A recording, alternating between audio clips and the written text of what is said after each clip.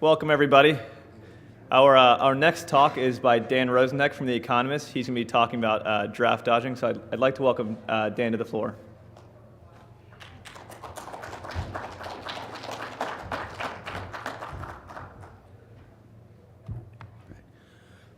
Thank you all very much for joining me. I'm Dan Rosenheck. I'm the sports editor and the deputy Americas editor for The Economist, as well as a baseball writer for The New York Times. I'm also working on a book on baseball in Latin America.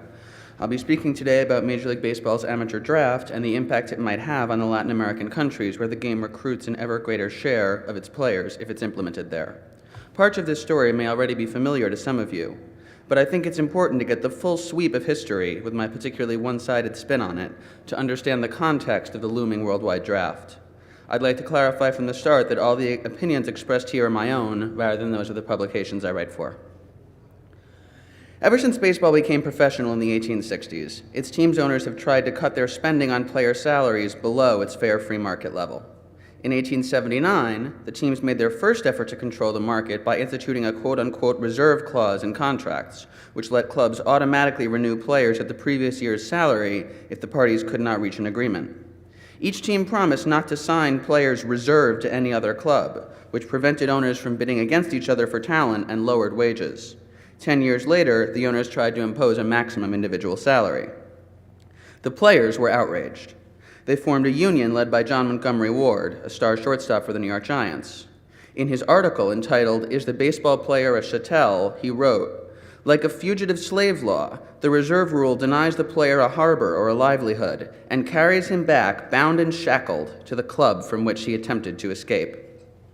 In 1890, much of the union split off from the major leagues to form an independent players' league, but the cooperative did not prove economically viable, and it lasted for just a year. The same cycle repeated itself in 1914, when a new upstart league, the Federal League, began offering players huge paychecks as an incentive to jump. Major league salaries initially rose sharply to retain talent, but the major leagues fended off the threat by buying out the Federal League's owners. One of the holdout owners from the Federal League filed an antitrust suit against Major League Baseball. In 1922, however, the Supreme Court ruled for Major League Baseball on the grounds that baseball did not count as interstate commerce and was thus not subject to antitrust law. That verdict ended hopes of breaking the cartel within the U.S., but globalization created a new opportunity. After World War II, Jorge Pasquel, a Mexican shipping magnate, started following around Major League players with suitcases of cash, asking them to break their contracts and play for teams in Mexico. He lured a bunch of second-tier names and almost got Stan Musial. But the Mexican League's revenues paled in comparison to the major leagues, and it soon fell apart. Since then, the major leagues and the Mexican leagues have observed an unwritten gentleman's agreement not to poach amateurs across the border. However, one loophole still remained in the owner's control over the market. While the teams had successfully stripped players of all power once they were signed, prospects were still free to choose their first major league employer. As a result, in the late 1930s, bidding for amateur talent took off. To close off this last avenue of players' liberty, in 1947, the owners instituted the so-called bonus baby rule. Amateurs who signed for more than $4,000 had to be kept on a major league roster for 2 seasons, even if they could not yet play at a major league level. Since major league roster spots were limited, this prevented teams from signing more than a handful of top young stars for amounts above the cap. The bonus baby system successfully served as a drag on salaries, but it was far from a hard cap. In 1964, the Angels signed Rick Reichart for $205,000, 5 times the artificially low league average salary. In response, the owners instituted a draft, in which teams would select the top amateurs each year and gain exclusive negotiating rights to them. This ended players' only opportunity in their entire careers to choose their employer and earn a fair wage. Since the teams picked in reverse order of finish, the draft also improved competitive balance. It was sold to fans as a means of leveling the playing field between have and have-not franchises. But its beneficial effect on parity paled in comparison to the toll it took on teenagers' pocketbooks. In 1969, Curt Flood, a star center fielder for the St. Louis Cardinals, was traded to the Philadelphia Phillies. He refused to go, sued Major League Baseball, and took his case all the way up to the Supreme Court. He lost in a widely mocked decision. But 5 years later, an arbitrator ruled against the reserve clause and opened the floodgates to free agency. Nearly a century after the institution of the Reserve Clause, baseball players would at last enjoy the same right to peddle their services to the highest bidder that every other private sector worker in the United States took for granted. As expected, salaries soared. The owners took two steps in response. First, they secretly agreed to avoid bidding wars among themselves. From 1985 to 88, valuable free agents mysteriously failed to get offers from any clubs other than their prior employers, or sign deals longer than a few years. Andre Dawson of the Expos sent the Cubs a signed contract with the salary field left blank, letting them name his compensation, and then won the Most Valuable Player award. A few years later, the owners were caught and forced to pay the players $280 million in damages. The owner's second reaction was to do what all good capitalists do when local wages rise: outsource.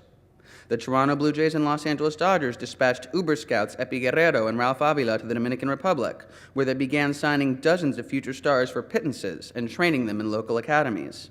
In the late 1980s, the Houston Astros did the same with Andrés Reiner in largely untapped Venezuela, which had recently suffered an economic downturn, making baseball a more appealing career choice for young athletes there. During that decade, another super scout, Luis Rosa, hopped from team to team but secured an astonishing haul of talent, particularly in Puerto Rico, including Roberto Alomar, Juan Gonzalez, and Ivan Rodriguez. The free market worked its magic as Latin talent flowed into Major League Baseball. However, while foreign amateurs were cheap in relation to domestic ones, they weren't free. As bonuses began to creep up, Major League Baseball extended the draft to Canada and Puerto Rico in 1990. The effect was devastating. 13% fewer Puerto Ricans signed in the draft's first 2 years than in the 2 years before, and the number has declined ever since. Today, Puerto Ricans make up just 2.6% of the majors, down from 4.3% in 2001.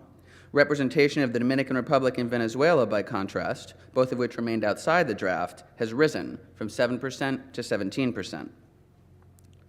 Most accounts of the effect of the draft in Puerto Rico say it hurt the production of players by reducing salaries and eliminating teams' incentive to invest in player development, since players they cultivated could be subsequently drafted by a rival. In fact, neither argument withstands scrutiny. The draft certainly reduces domestic amateur signing bonuses. However, in 1990 and today, foreign players are on the whole cheaper than domestic players. The draft put Puerto Ricans and continental Americans on a level playing field. There's a standard range of bonuses for each selection round. Most first-rounders, for example, secure seven-figure bonuses. The few Puerto Ricans who do manage to get drafted today receive amounts their free market predecessors could only have dreamed of. The development incentive case also does not hold up. Of course, teams don't invest in player development in Puerto Rico before the draft is held, but nor do they invest in it either in the DR or Venezuela until after they've signed players as amateur free agents. All the development expenditure prior to signing comes from private buscones, or independent scouts and trainers, who prepare players to be signed by Major League Baseball in exchange for around 30% of their bonuses. For these reasons, many observers in Puerto Rico, notably Jorge Posada Sr., a longtime scout and the father of the Yankees catcher, consider the draft a red herring and a scapegoat for the island's problems. They point to Puerto Rico's increasing prosperity, which has made a long-shot attempt at a baseball career a less tempting option in relation to attending college. They note that other sports, principally basketball and soccer, have become more popular, as have other pastimes altogether, like shopping, video games, and reggaeton music. But the draft does bear a great deal of responsibility for the decline of Puerto Rican baseball, in two ways. First, players must have graduated high school to be eligible for the draft. By contrast, amateur free agents can sign the first July 2nd after they turn 16. The great crop of Puerto Rican signees in the 1980s were mostly 16 or 17 and were immediately dispatched to the minor leagues. American players at those ages develop by playing high school baseball, but Puerto Rican high schools don't have organized baseball teams, so aspiring players must instead sign up for separate impromptu after-school and weekend leagues, which have much less emphasis on coaching. While scouts in the Dominican Republic will sign many prospects based on physical tools alone, knowing they can teach the kids to play at their team's academy after signing, Puerto Rican players have to be ready to play in the minors in order to be drafted. The second reason is that teams refuse to sign undrafted free agents. Although there's no prohibition on doing so, teams generally consider them not to be serious prospects and encourage them to play college baseball instead. In the Dominican Republic, teams sign hundreds of raw marginal talents for modest signing bonuses, of which a handful will turn out to be stars. In Puerto Rico, unless such players are willing to move to the continental United States with no guarantee that they'll have any chance of a major league career, they're locked out of organized baseball. Only Puerto Rican prospects who are among the top 1,500 players in all the U.S. and Canada combined in their year have any route whatsoever into the game. While Puerto Rico atrophied under the draft, the Dominican Republic and Venezuela took off. Today, all 30 clubs have academies in the DR. As competition among teams for Latin American prospects heating up, so did signing bonuses. From 2004 to 2008, the average Dominican signing bonus rose from $29,000 to $108,000. Suddenly, major league teams were spending $65 million a year on international amateur signing bonuses. It was like 1964 all over again. In response, Major League Baseball, which had long expressed interest in instituting a worldwide draft, cranked up its efforts. One might have expected the Players' Union to resist such an encroachment on salaries and labor freedom. However, since players do not join the union until they reach the major leagues, amateurs are unrepresented in negotiations between the Players' Association and the league, and the union has always been willing to sell its future members down the river for the benefit of its current ones. Last November, the players and owners announced they had reached a new collective bargaining agreement. The deal imposes a tax on teams whose spending on international amateur free agents exceeds a cap, set at $2.9 million a team for 2012. It also sets up a committee charged with the institution of a worldwide draft. If such a draft becomes a reality, will baseball in all of Latin America go the way of Puerto Rico? A simple extension of the current draft to the rest of the region would be extremely damaging. In the Dominican Republic, it would leave players in the care of Buscones for 2 more years. Some are scrupulous, but some aren't. The Buscones' share of players' bonuses, now 30%, would have to increase in response, leaving players with less. It would also mean that fewer prospects would be signed overall, meaning the wealth of Major League Baseball teams would reach fewer needy families there. A modified draft could be significantly less disruptive. It would need to be separate from the current domestic draft. The current signing age of 16 by July 2nd would need to be preserved, and it would need to be at least 20 rounds long to cover the hundreds of Latin amateurs a year who currently sign contracts.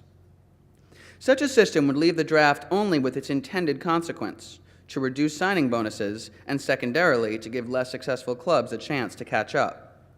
Lesser players would probably not be affected, since they only receive offers from a handful of teams anyway. But multi-million-dollar bonuses for elite prospects would surely drop substantially, taking money away from impoverished Dominican families to further pad billionaire American owners' profits. Moreover, without those big paychecks, Buscones will not be able to afford their current level of investment in housing, equipment, coaching staffs, and nutrition. In the long run, that means the supply of players will shrink.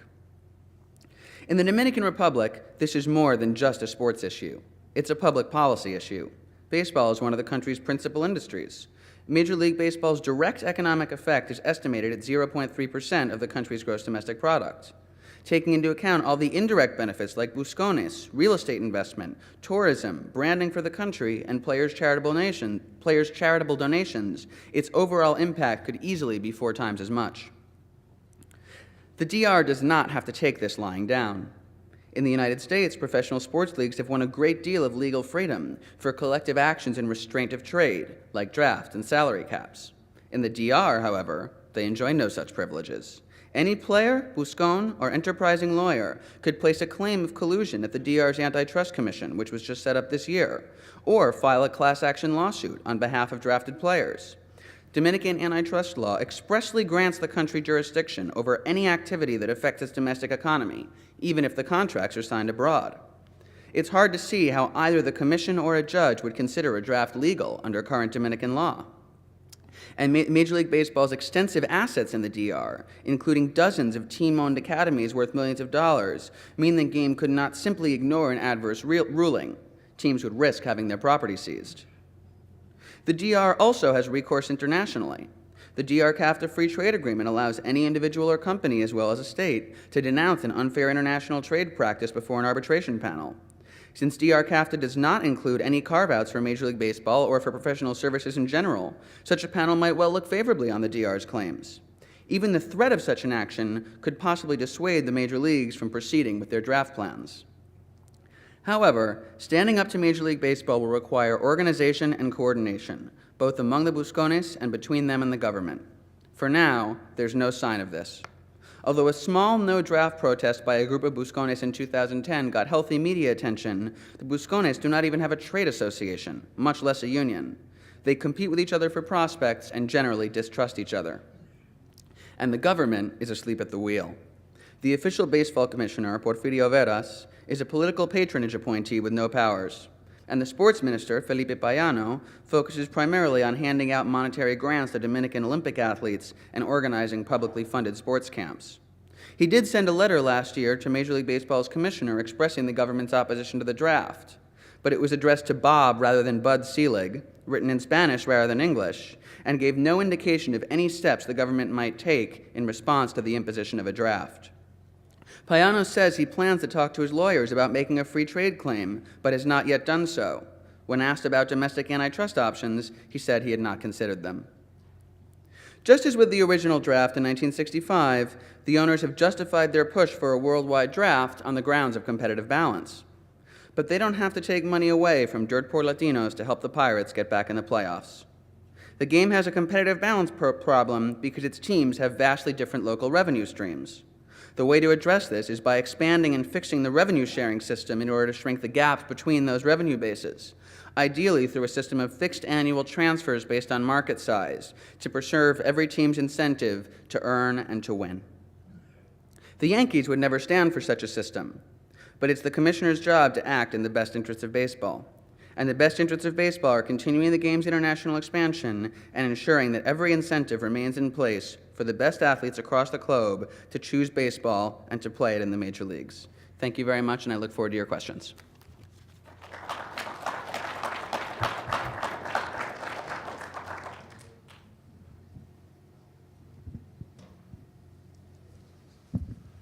A lot of your speech mentioned about the role of the Buscones in both Puerto Rico and the Dominican Republic. Is there any sort of idea that the reason why Major League Baseball is trying to do this, not because of an economic element for them, but because of maybe a moral play on the fact that they're the ones that are involved in age modification or whatever, or bad papers, or maybe illegal drugs or whatever, How would instituting a draft help fight performance-enhancing drugs or age and identity fraud? I thought that maybe it would create like a systematic sort of process to, at least try to process players through. There already is a systematic process. Something's existed for a while, but when Sandy Alderson came down to the DR in 2010, they instituted extremely strict drug testing and age and identity verification procedure that's required before any contract gets signed. You go to the MLB representative's office down in Santo Domingo, and you see lines of kids, dreading their meeting with the investigations people because, their birth certificate was screwy. I think they're completely separate issues. Hi, over here. To what extent could the problem that occurred in Puerto Rico be tied to the fact that Puerto Rico was regulated while other countries remained unregulated, and so by expanding the draft to include every country, you sort of eliminate the problems where you have a high cost territory and low cost territories, and just sort of equal the playing field, and therefore sort of eliminate any of the potential distortions that occurred in Puerto Rico as opposed to the Dominican Republic and elsewhere? I think that compared to the current system, a worldwide draft would be better for Puerto Rico, precisely because, as you say, it would eliminate their relative competitive disadvantage. But I think it would be bad for Latin American baseball as a whole, and particularly bad, as I said, if it were implemented as an extension of the current draft rather than as a separate draft with rules that are, more in sync with Latin American reality. And I think that yes, compared to the current system, Puerto Rico would be better off with a worldwide draft than now, but I think Puerto Rico, as well as the rest of the region, would be even better off if there were no draft.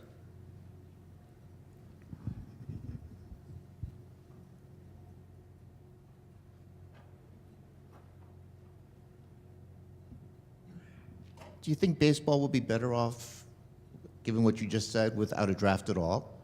I do, but I think there are, that's a conditional yes. I think that, look, competitive balance is a real problem, and the draft obviously makes significant contribution to fighting that problem. I mean, you know, the Tampa Bay Rays built a contender through the draft, to take the most recent example. I think that the draft is a very undesirable solution, in that, as far as I'm concerned, you know, it basically steals money from teenagers in the name of a little bit of competitive balance and a lot of, corporate profits. Again, in restraint of trade, in restraint of the free market. I think that if we're not worried about, the well-being of amateurs' families, and we're just concerned about what's good for Major League Baseball, I think that it's better off with a draft than with nothing, keeping all other things equal. But I think it would be much better off with no draft and real revenue sharing that really worked. The problem is that real revenue sharing that really works would require transfers from big market to small market teams that are far in excess of what the game currently has, and the commissioner, leads a group of 30 owners, and he has to get some of those big markets on board. So there's a big collective action problem there. We're all out of time. Okay, well, great. Well, thank you very much. I really appreciate your taking the time to listen to this, and I'm happy to mill around after if anybody has any further questions. Thank you very much.